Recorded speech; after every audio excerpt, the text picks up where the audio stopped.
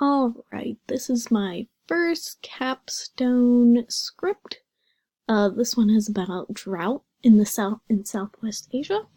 So Southwest Asia has been dealing with lack of rainfall for many months now. This has been the driest decade for Asia in terms of rainfall. The regions affected in particular are the ones that are major crop producers. Reports of water shortages have been reported throughout the country, and with the overpopulation problems in Asia, water is a very crucial necessity for them. Crops are also an issue for this area because less rainfall means less crops to be harvested. And this is important because that means less food is available for the consumers and the population. At this time of the year, the rainfall in Asia is supposed to be more regulated, but it seems every year the rainy season is getting later and later and smaller.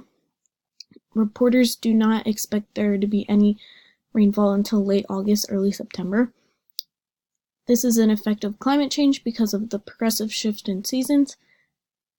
This is the equivalent to the Dust Bowl that happens in the United States in the 1930s.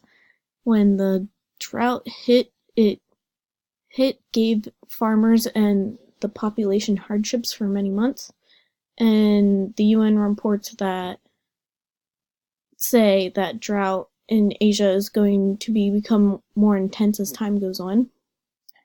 In order to overcome this difficulty, Asia must take steps to rebuild its resilience. Without taking these steps, farmers, shrimpers, and the poor will gravely be affected by this drought.